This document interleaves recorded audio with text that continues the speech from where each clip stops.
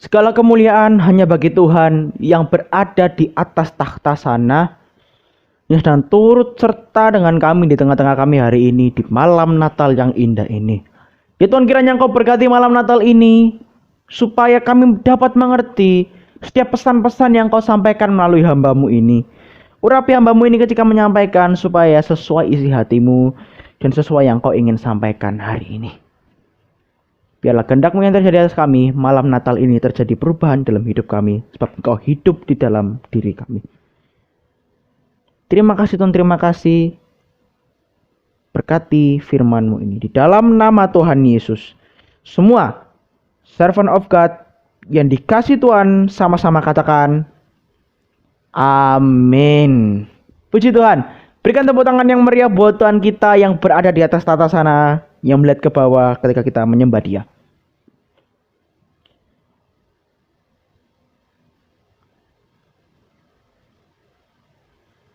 Puji Tuhan. Bangga sekali hari ini kita bisa merayakan malam Natal bersama-sama di YouTube ini. Meskipun di YouTube saya percaya bahwa tidak ada yang bisa batasi kita untuk cari Tuhan. Meskipun kita tidak bisa ngadain kegiatan Natal ini secara onset seperti tahun lalu, yang dimana kalau kita ingat-ingat tahun lalu kita Natalnya di mangrove, jalan-jalan. Bukannya tahun ini tidak bisa, cuma waktu saya tidak seberapa banyak, jadi saya tidak bisa berpikir sampai sana. Ya ada sih pikiran mau vacation lagi atau sama-sama kumpul gathering, cuma saya tidak ada waktu atau belum cukup waktu untuk mengadakan gathering together. Tapi saya sudah ada planning nanti di tahun depan akan ada kegiatan yang besar banget untuk servant of God, dan kita akan gathering lagi ya. Bisa katakan kalau ada saudara, keluarga di kanan kirimu, katakan Merry Christmas, Selamat Natal. Di malam Natal ini, Tuhan secara khusus pengen bilang kepada saudara-saudara, yaitu saya pakai tema Jesus lives in me. Ini tema besar. Ya. Seharusnya kita ada 3 kali ibadah, cuma saya pikir buat apa 3 kali ibadah, karena pasti juga ada yang berkunjung ke gereja-gereja. Jadi saya convert cukup satu aja, 24 25 11. Hari ini 25 saya, besok Lady hari ini 24 saya, besok 25 baru Lady. Jadi hari ini secara khusus saya memakai tema Jesus lives in me seperti tema besar kita. Bisa dimunculkan, ini adalah tema-tema khotbah kita hari ini dengan besok. Hari ini Jesus lives in me, besok My wish for this Christmas ada subtitlenya bahasa Mandarin. Saya juga ingin menyapa teman-teman yang dari luar negeri, khususnya Taiwan. Halo, senang sekali bertemu. Saya harap Anda bisa kembali ke Indonesia. Saya harap Anda bisa berkunjung ke main church kita di Indonesia, supaya kita bisa beribadah sama-sama di gereja kita. Mari kita buka Alkitab kita akan belajar sama-sama satu ayat saja, nanti kita pecah satu persatu apa maksudnya dari ayat ini. Ya. Galatia pasal 2 ayat yang ke-20. Oke. Mari kita baca sama-sama.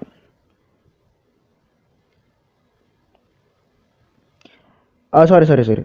Galatia pasal yang kedua ayat yang ke-19 dan 20. Oke ya. Mari kita baca. Sebab aku telah mati oleh hukum Taurat, untuk hukum Taurat, supaya aku hidup untuk Allah. Aku telah disalibkan dengan Kristus, namun aku hidup, tetapi bukan lagi aku sendiri yang hidup, melainkan Kristus yang hidup di dalam aku. Dan hidupku yang kuhidupi sekarang di dalam daging adalah hidup oleh iman dalam Anak Allah yang telah mengasihi aku dan menyerahkan dirinya untuk aku. Ayat ini ditulis oleh Paulus secara khusus untuk jemaat di Galatia. Ayat ini mengingatkan kita dan mengajarkan kita untuk hidup sesuai kebenaran dan hidup sebagai orang yang sudah ditebus dosanya. Malam Natal ini kalau saya jelaskan cerita itu tentang kelahiran Yesus itu sudah klasik. Kalian udah mungkin dengar sering. Cuma saya ingin bikin sesuatu yang berbeda, yaitu kado spesial untuk kita, bukan hanya untuk sang ulang tahun. Kalau sang ulang tahun, kado spesial yang bisa kita berikan ialah penyembahan kita, hati kita, dan hidup kita. Tapi the best gift that God given to us itu adalah janji keselamatan, yaitu kehidupan yang membebaskan kita dari maut. Nah, makanya saya secara khusus pengen menyampaikan ini karena apa? Karena ayat ini mengajarkan kita bagaimana kita hidup sebagai orang yang sudah ditebus dosanya oleh Kristus. Penebusan dosa itu the best gift loh. Itu the perfect gift untuk kita, semua umat manusia. Untuk servant of God juga, dan untuk yang bukan servant of God juga. Untuk semua umat manusia. Natal ini itu momen istimewa untuk kita merenungkan bahwa betapa baiknya Tuhan yang memberikan secara mentah-mentah, yang memberikan secara free pengampunan itu, yang memberikan secara gratis garansi hidup, yang memberikan secara gratis darahnya untuk menebus kita. Iblis pun tidak bisa. Siapapun tidak ada yang bisa memberikan hadiah yang terindah ini. Siapapun tidak ada yang bisa. Papa mama kita tidak akan bisa mendapatkan janji keselamatan atau mendapatkan keselamatan itu tidak satu keluarga rombongan masuk ke surga. Tidak. Satu persatu. Dalam satu keluarga itu apabila ada seseorang yang tidak percaya Yesus, tapi dua orang ini percaya Yesus dan janji keselamatan, hidup kebenaran, dua ini ikut Yesus, dua ini selamat, satunya tidak selamat. Tapi padahal mereka satu keluarga. Sama aja. Karena ini adalah pribadi lepas pribadi, bukan satu keluarga rombongan masuk surga. Paham ya? So, kado yang paling indah adalah Tuhan hidup di dalam diri kita dan memberikan kita keselamatan. Jesus lives in me. It's the perfect gift. Saya ingin Anda tahu bahwa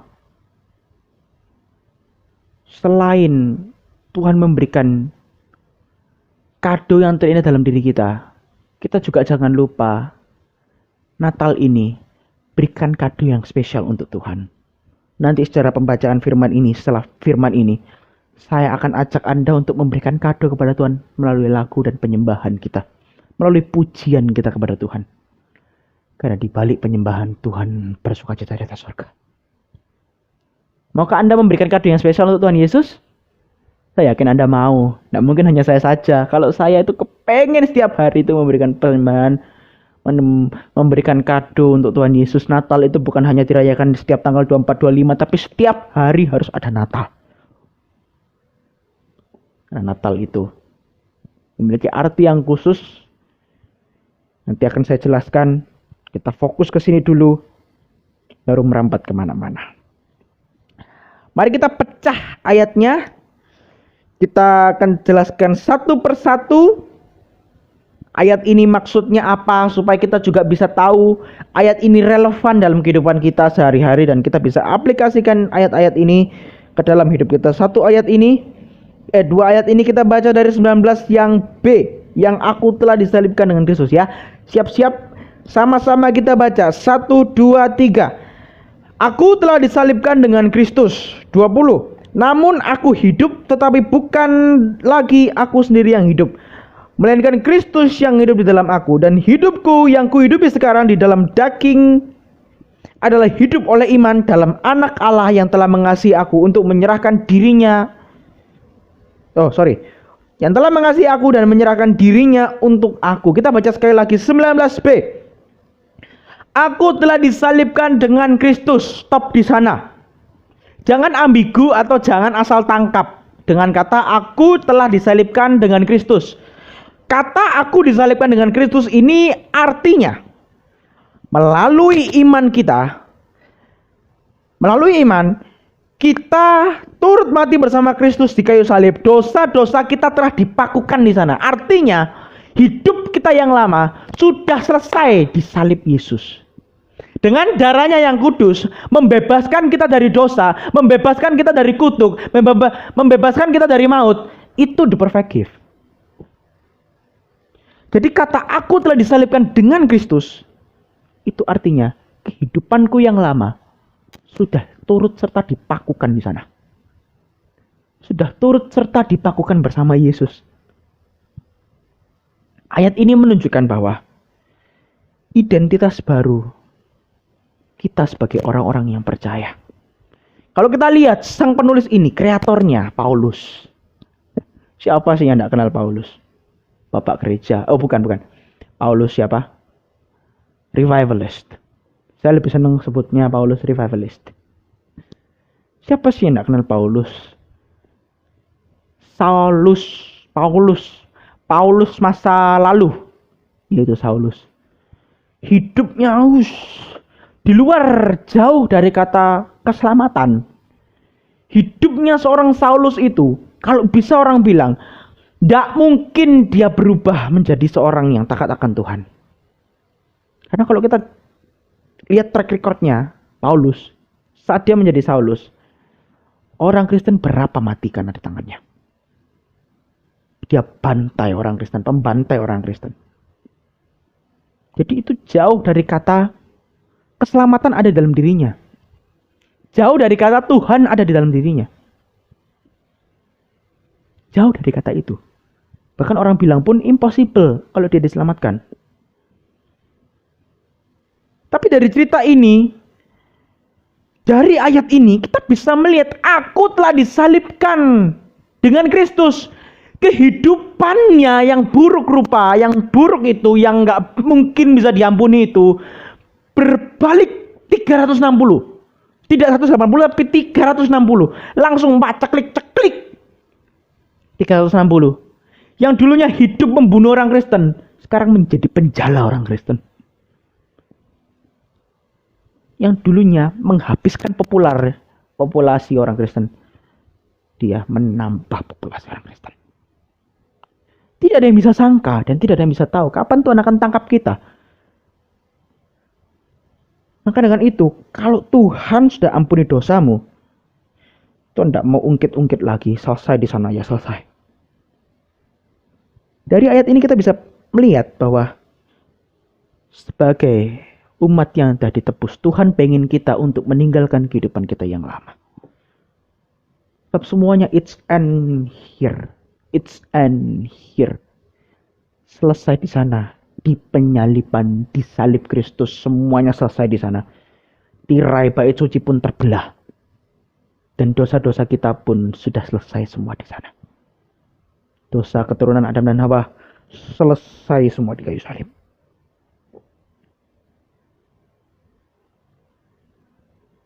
Ada satu pertanyaan. Kalau kita sudah memastikan bahwa kita diselamatkan, apakah kita sungguh-sungguh hidup benar di hadapan Tuhan? Jawab pertanyaan ini dalam hatimu. Apakah saya sudah melakukannya? Jangan sampai itu sia-sia. Penyaliban Tuhan seperti sia-sia. Jangan sampai. Percucuran darah yang paling mahal itu darah Yesus. Dia rela mati datang di palungan, tidak disambut dengan pesta pora, tidak disambut dengan pedang pora, tidak disambut oleh seorang raja, tidak disambut orang banyak, hanya beberapa orang Majus dan keluarganya, Yusuf dan Maria dan hewan-hewan. Tidak disambut dengan manusia yang terpandang, hanya disambut oleh orang-orang yang mengerti bahwa Mesias telah lahir. Saya harap Anda mengerti ya, aku telah disalibkan dengan Kristus ini artinya, aku telah disalibkan dengan Kristus, namun aku hidup. Namun aku hidup itu artinya, dosa-dosa kita, kehidupan kita yang lama yang disalib bersama Kristus sudah selesai di sana. Jangan kita ungkit-ungkit lagi dosa kita. Jangan kita lakukan apa yang sudah Tuhan sembuhkan. Jangan kita lakukan apa yang Tuhan sudah buang. Jangan kita lakukan apa yang Tuhan sudah ambil dari kita. Sebab Tuhan tahu yang terbaik buat kita. Sebab Tuhan sudah membebaskan kita dari maut dan kutuk. Amin. Selanjutnya. Ya, 20. Tetapi bukan lagi aku sendiri yang hidup, melainkan Kristus yang hidup di dalam aku. Hidup baru di dalam Kristus berarti bahwa Tuhan Yesus mengambil alih pusat hidup kita.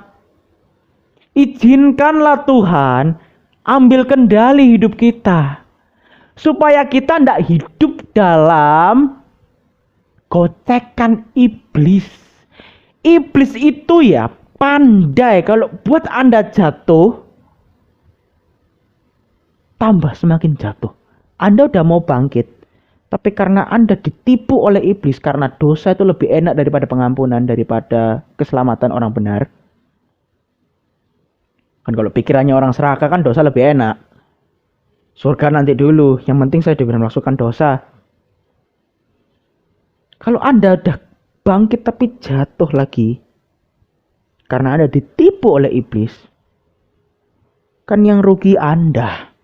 Kita tidak akan tahu kapan Tuhan datang. Kalau kita udah bangkit dari keterpurukan, lalu kita jatuh lagi gara-gara kita ditipu oleh iblis karena melihat di sana masih ada dosa yang enak, kan kita yang rugi. Kita udah minta ampun sama Tuhan, ya Tuhan ampuni kami, ampuni saya. Lalu akhirnya udah bangkit, lalu jatuh lagi, bangkit jatuh lagi. Tuhan masih sayang, tapi Anda yang gak sayang. Jangan sampai kita bodoh lah. Jangan sampai kita maulah ditipu iblis. Iblis itu pandai sekali kalau ambil alih hidup kita. Iblis gak secara langsung ambil alih hidupmu, tapi pelan-pelan membohongi kamu, supaya kamu sama-sama disiksa di neraka. Dia tidak suka satu orang diselamatkan, dia suka satu orang dibunuh semua. Semua orang dibunuh. Jadi jangan sampai Anda dibunuh juga sama kayak iblis. Tetapi bukan lagi aku sendiri yang hidup, melainkan Kristus hidup dalam aku. Kalau Tuhan hidup dalam diri kita, kita melakukan semuanya untuk kemuliaannya. Kalau Tuhan hidup dalam diri kita, Tuhan memberikan kita kekuatan, Tuhan memberikan kita hikmat, dan Tuhan memberikan kita arah dalam setiap kehidupan kita. Makanya kalau di luar sana ada keluarga-keluarga atau ada seseorang yang kehidupannya tidak karu-karuan, yang kehidupannya nggak karu-karuan, yang kehidupannya jauh dari kata sempurna, yang kehidupannya penuh dengan masalah, yang kehidupannya penuh dengan goncangan, yang kehidupannya penuh dengan cobaan. Saya ingin mengingatkan Anda bahwa izinkan Yesus ambil alih dalam hidupmu dan percaya semua yang Tuhan beri kepadamu dan semua yang Tuhan ambil dari hidupmu, percayalah bahwa Tuhan akan memberikan yang lebih baik dari apa yang Tuhan pernah ambil dalam hidupmu. Jadi jangan lepas kecewa pada Tuhan. Kenapa kok ambil? Saya udah nyaman dengan ini. Saya udah nyaman dengan orang ini. Saya udah nyaman dengan pria ini. Saya udah nyaman dengan kehidupan ini. Kenapa engkau ambil?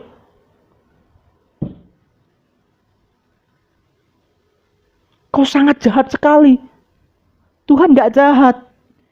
Dia punya misi atau dia punya visi yang lebih baik daripada kehidupanmu yang sekarang. Percaya itu dalam kehidupanmu. Jadi jangan lekas ambil pikiran buruk kepada Tuhan bahwa Tuhan itu jahat. Tuhan gak jahat. Tuhan mau memberikan sesuatu yang lebih baik. Tuhan mau upgrade.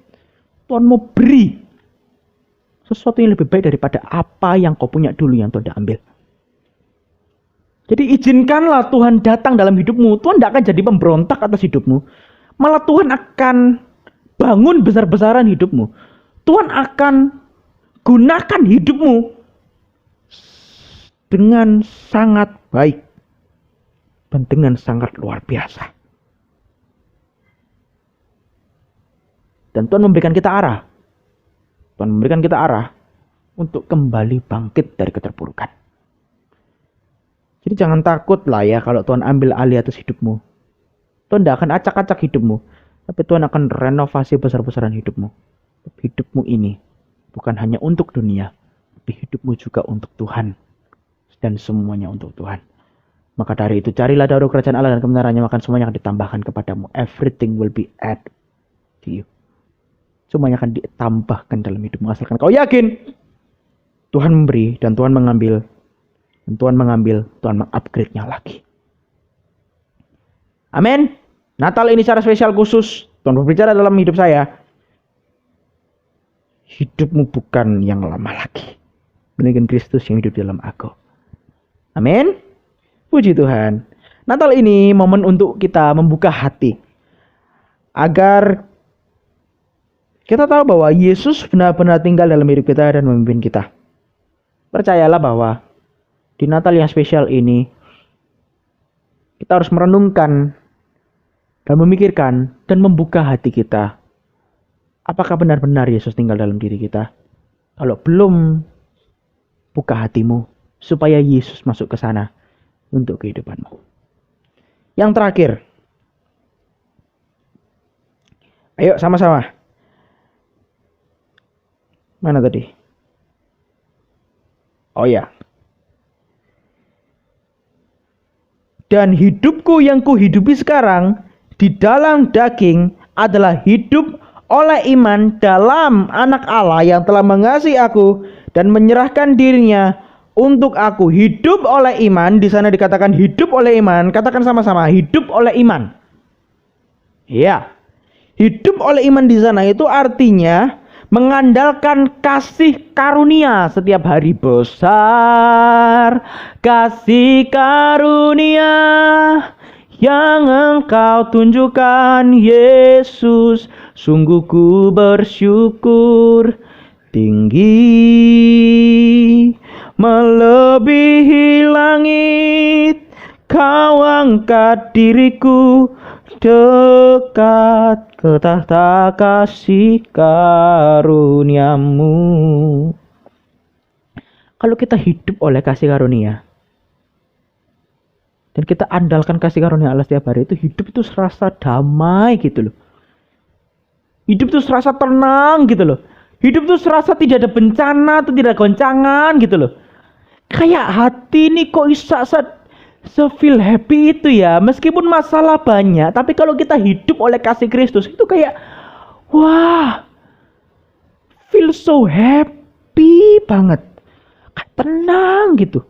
Padahal masalah numpuk-numpuk, makanya jangan kaget kalau kita orang Kristen melihat orang di luar sana bilang, hidup ini penuh masalah, tapi kok kelihatannya kamu senang-senang aja. Percayalah, Yesus yang hidup dalam diri saya, bukan saya yang hidup. Makanya saya bisa tenang, karena saya tahu segala perkara dapat kutangguh dalam Dia yang memberikan kekuatan kepada aku. Saya tidak hidup sendiri, saya punya Tuhan. Itu jawaban orang Kristen yang top. Makanya orang Kristen tidak bisa kesepian, karena dia tahu dia punya Tuhan dalam dirinya. Dalam masalah apapun, kita tidak boleh gonjang-ganjing hatinya. Kita tahu bahwa yang hidup dalam diri kita bukan iblis atau setan. Yang hidup dalam diri kita itu seorang Raja, Roh Kudus, seorang Tuhan. Yesus. Dia yang hidup, makanya damai sejahtera, kasih karunia semua kita punya. Buah roh kita semua punya. Kita tahu, kita punya Roh Kudus, kita punya Yesus, kita punya semuanya. Hidup kita pun tenang. Tidak digonjang-ganjing lagi oleh iblis. Kita punya Tuhan, kita punya Allah yang hebat.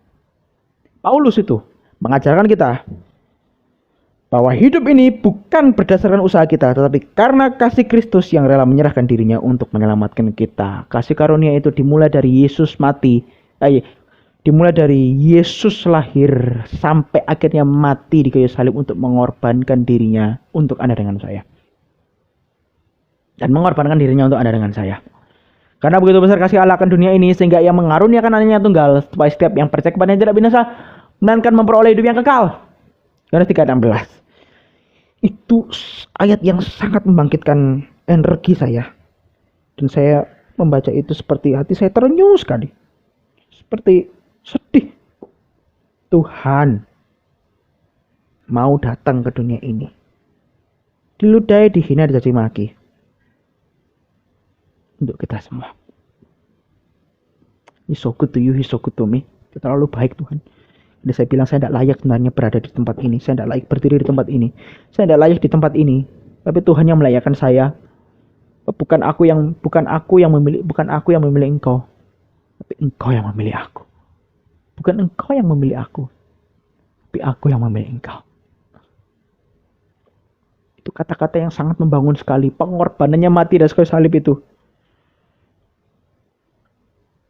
adalah kasih karunia dan kasihnya Tuhan atas hidup kita. Supaya kita tidak binasa. Makanya Tuhan mau datang ke dunia ini untuk Anda dengan saya. Makanya jangan rusak kasih karunia itu. Jangan rusak image Tuhan. Dengan apa yang kita perbuat. Kita tahu bahwa Tuhan itu bergerak proses luar biasa atas hidup kita. Dan itu sangat baik.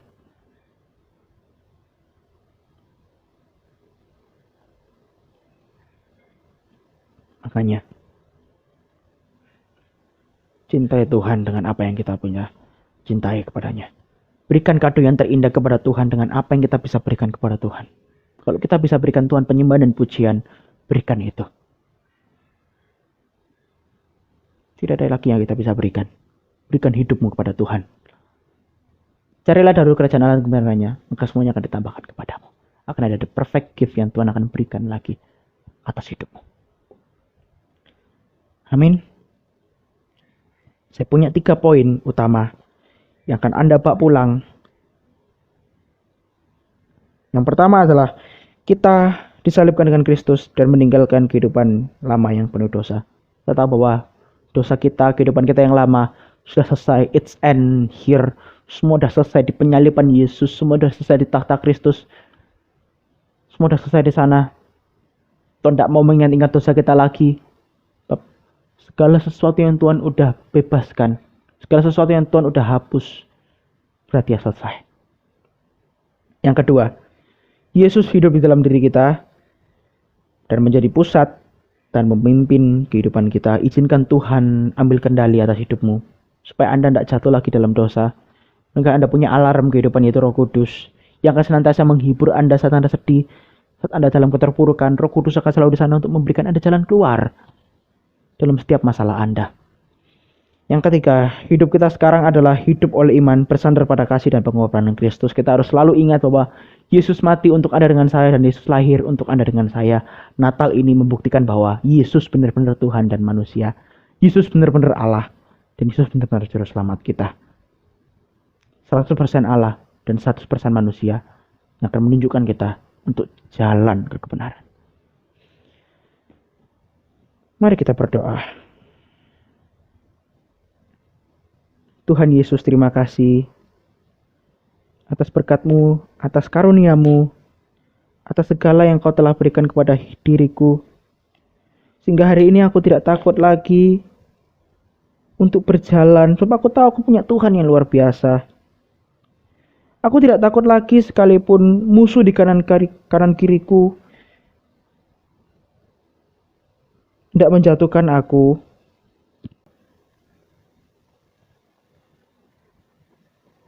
Aku tahu bahwa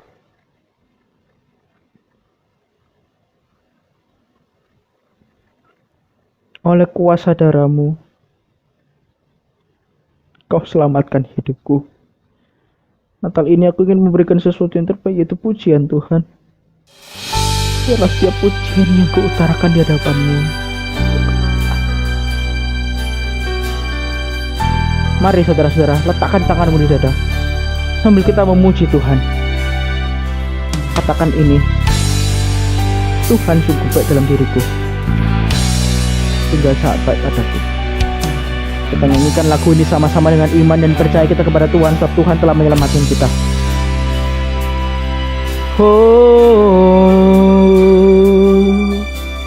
Saat ku masuk ke hadirat-Mu, bawa persembahan ke tempat kudus-Mu.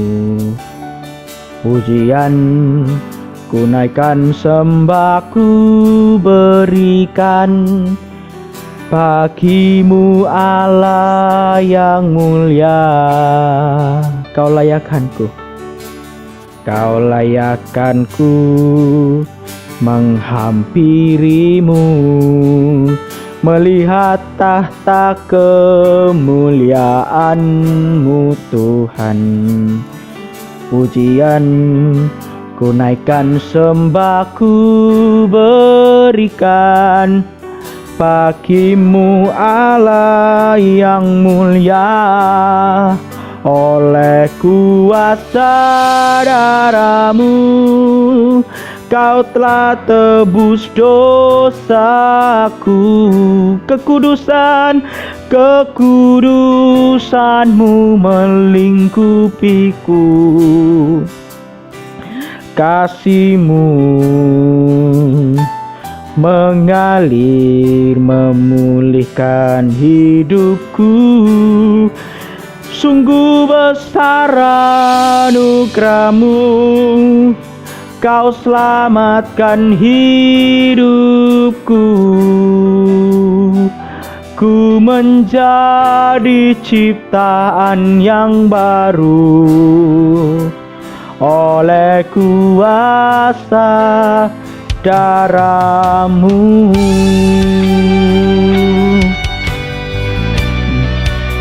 Oh, saat ku masuk ke hadirat-Mu Tuhan, saat ku masuk, Kau layakkanku menghampirimu, melihat tahta kemuliaan-Mu Tuhan. Pujian ku naikkan, sembahku berikan bagimu Allah yang mulia. Oleh kuasa darah-Mu Kau telah tebus dosaku. Kekudusan-Mu melingkupiku. Kasih-Mu mengalir memulihkan hidupku. Sungguh besar anugerah-Mu, Kau selamatkan hidupku. Ku menjadi ciptaan yang baru oleh kuasa darah-Mu.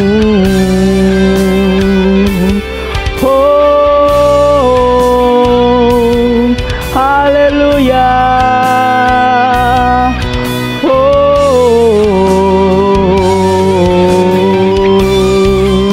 ku mau memuji-Mu, Allah yang perkasa.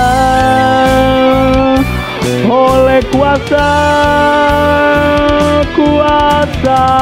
darah-Mu Kau telah tebus dosaku. Kekudusan-Mu melingkupiku. Kasih-Mu mengalir memulihkan hidupku.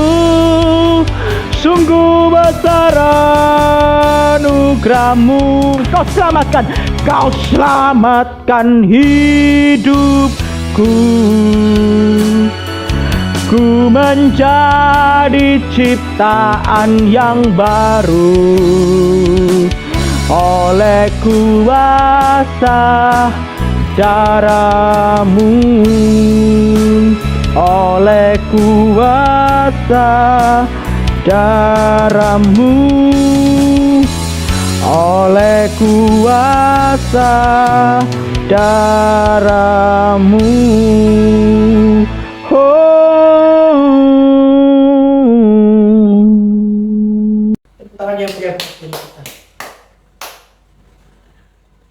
Biarlah oleh kuasa darah-Mu yang kudus itu membawa kami kepada kehidupan yang lebih baik lagi di depan. Tuhan, kini hidupku bukan untuk diriku lagi, tapi aku hidup oleh karena kuasa dan karena darah. Bila setiap doa yang kami bawa hari ini itu semua kembali ke tahta anak domba itu di depan. Bila kau persiapkan hati kami, bila kau persiapkan diri kami untuk menang menghadapi musuh. Bila Natal ini menjadikan kita semuanya paham, saat sepikir dengan Engkau. Terima kasih Tuhan, terima kasih.